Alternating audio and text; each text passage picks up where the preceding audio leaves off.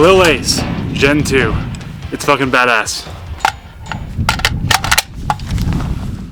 Hello everyone, my name is Eric. I'm a gamer who loves guns, firearms, collecting, and shooting sports. And in today's video, we are taking a look at the brand new Galil Ace Gen 2. These dropped just a couple weeks back, and they've been pretty hard to find in any configuration other than the one you see here.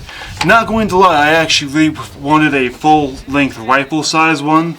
Unfortunately, I couldn't get my hands on one, and when I saw the pistol one pop up for sale for a good price, I went ahead and just hopped on that guy because I have been enamored with the Galil Ace probably since 2013 when Battlefield 4 came out, and it was the most overpowered gun in the game for a long while there.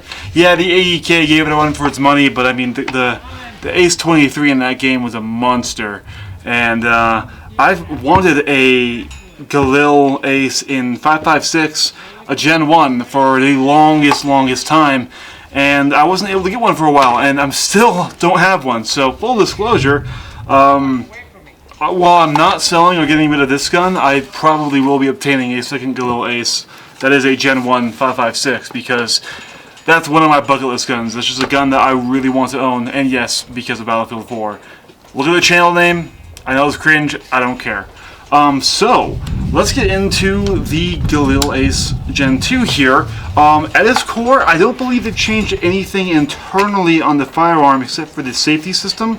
The rest of the firearm on the external side has had some pretty nice upgrades. First of all, this is the 8.5-inch 7.62 model. They trimmed the plastic around the magazine well, and that makes it, that has it go back to sort of its vomit look and is pretty close to the plastic delete kits that RS Regulate would sell for the Gen 1 Galil to make this feel a little bit more streamlined, a little bit less bulky. Now, I never disliked the original plastic shrouds. I actually always thought it made the Galil look very distinctive. I'm a really big fan of that, but I see why people wanted to go with plastic delete kits, and so it's nice to see from the factory that they have gone ahead and sort of met you halfway. You can still put on those old kits on these guns; they will fit. So if you wanted to, get rid of this entire polymer lower and maybe have AR grips, that is an option that's available to you. But now the biggest thing, in my opinion, the biggest upgrade they have is the handguard. Now, like I said, I like the Gen 1. I do like it a lot. But this is a truly free-floated handguard. And now on an AK, truly free-floating your gun is actually a little bit hard to do. I'm not saying it's impossible. The Ace isn't the first AK to be free-floated. It's just, it's not the easiest thing to achieve. So seeing these come from the factory now with a fully genuine free-floated rail with lots of M-LOK space is nice. Now, full disclosure, I have been shooting this thing a bit before we started recording here. That's why I'm wearing the glove. This thing does still get hot. I'm thinking I might put on a Hot Pocket from Wiseman Company. I don't think they make it, I think they just sell it. Essentially, it's just going to be a wrap that helps keep the heat away from your hands because I don't really like wearing gloves. Going on to the back end, they have a one-position brace. I don't know why they chose one position. Maybe it's for the ATF, maybe it's for import, but this isn't an import rifle. This is built here in the States. It's sad because the SPA3 brace that's on here can obviously adjust to multiple spots, but it won't lock in anywhere except on that one slot. You could spin off this buffer tube, spin on your own. You have to align it manually as there's no end plate system to make sure it gets aligned, so it could be a bit of a hassle, but you could do it.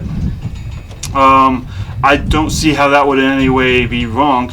Like I said, AR pistols have multi-position braces for the longest time, so I don't know exactly why this was done this way. And speaking of the brace system, it is folding using the standard sort of Galil system, but it doesn't fold flat with the SPA3, meaning it's really not super useful in my opinion. It could be nice if you're in a vehicle and you didn't want the stock hanging up, you got it on a sling, I guess. But without it folding flat and compact, I think it does kind of disqualify it from the backpack gun section. at least with this current break. Now the rest of the gun would be actually really great for a backpack gun, and this is one of the cool things about the Galil. Since this is a milled lower receiver, it is not stamped, it's not riveted like you would see on an AKM. This is a single piece milled milled receiver, not lower receiver. There's only a receiver on an AK. Can you guys tell I'm an AR guy? There's a roll pin right back here, right back by the designation and the yeah, it's sort of right in the back area. There's not actually a serial number there. I was going to say by the serial number, but that's not where it is. But if you push out this roll pin, you actually slide off this entire end plate and remove this entire bracing system. And that will allow you to put on things like a 1913 rail or the traditional Galil stock if you SBR'd it. Changing out braces and stocks on this is going to be really easy because of that. Using the drive out roll pin, slap in a new one, and put the roll pin back in, you're good to go. I personally think for this build, I'm going to be using a 1913 piece back here and putting on a SP Tactical TF 1913, so that's their triangle folder brace. I think that would look really slick on this Galil pistol here. So, aside from that, it is the same Galil Ace that you are familiar with. It still has its telescoping dust cover to keep dust and debris out of the action. This is one of the things I like the most about the Ace, because I live in a very sandy environment. I live out in the desert, and having a gun that is relatively sandproof. Now, yeah, there's a little bit of a gap back here, but aside from that, relatively sandproofed, I just appreciate it. Obviously, I'm not running around through trenches or actually, doing anything serious with these guns, but it is nice to not really worry about debris getting in there for when I have to go back and clean it, because I do clean my guns, because I'm a collector first and a tactical guy later. It does have the left side charging handle, which is also awesome. As a guy who does own an AK now, I actually technically own two, though I don't only have access to one of them. I had gotten used to sort of coming under and doing the charging over here. My left arm's always obviously been my weak arm, and I would sometimes actually struggle doing that. Now, I know I'm a weak-ass gamer. I'm not a warrior, but it was just an ergonomic thing that I was trying to adapt to. Coming to the Ace and being able to do that, that's really nice. It's genuinely an improvement over the AK platform, in my opinion, and that's one thing that I would consider the Ace in general to be, is a Generation 3 combat rifle built off of the roots of the AK, and I think these are incredibly, incredibly good guns. I would throw this up against a FN Scar or a SIG MCX any day of the week. I think I'm not saying they're better, I'm not saying they beat them, I'm saying they're in the same bracket for me, of having that mix of really modern design while also having roots and things that are ultra reliable. Like, so the FN Scar and the MCX with the show gas piston that has long stroke. Those are based off of essentially derivatives long way removed from the AR-18. This is a long way removed from the AK. And especially on the 223 and 556 versions, they do have the last round bolt hole open. So I really do think the Galil Ace can stand in the same arena as the FN Scar and the MCX and can compete. I think it is genuinely a true third generation combat rifle. I am a really big fan of these guns, and yeah, so first impressions of the Gen 2 it's solid. The fit and finish is phenomenal. It's the best looking AK I've ever seen in person. Just makes me really want to get that Gen 1 and 233 faster now. What sucks is they've kind of jumped up in price, because right now on IWI's website, they say that the Gen 1 is discontinued. I heard somewhere that they are just temporarily discontinuing them before they resume production on them. Like they're pumping out a bunch of these Gen 2s now, and they're going to make more Gen 1s at some point. I'm not sure. I don't think I heard that from they were official. I just remember reading that somewhere. If that's true, maybe I should just wait, because the Gen 1s have jumped up in price significantly since the Gen 2 came out, and they discontinued the Gen 1s. But yeah, let's do some shooting with this thing and wrap up the video.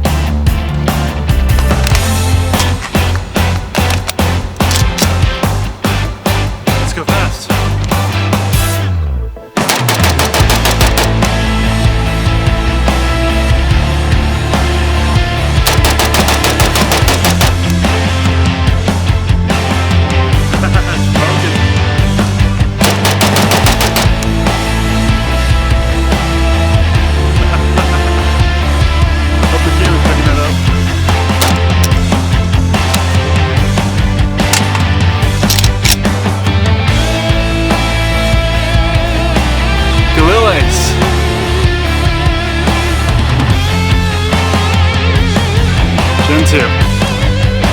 I'm really excited about this thing, guys. I'll do more shots. I'll probably customize this a bit, and there will be more videos on this guy for sure. Anyways, for everyone who came all out, thank you all for stopping by. I really appreciate that. If you want to come and hang out with me live, I actually stream live on Twitch every Tuesday, Thursday, and Sunday. Saturday, not Sunday. I don't know why I said Sunday. From 7 p.m. to 10 p.m. U.S. Mountain Time. Come hang out, chat guns, chat games. That's about this thing. And guys, if you got this fun video, thank you all so much. I greatly appreciate you. Love you, and I'll see you next time. Peace. Randos do suck, yeah. Fuck randos. Only if they consent, Andrew. Otherwise, it's how you go to jail. I'll take my chances. There's only more randos in jail.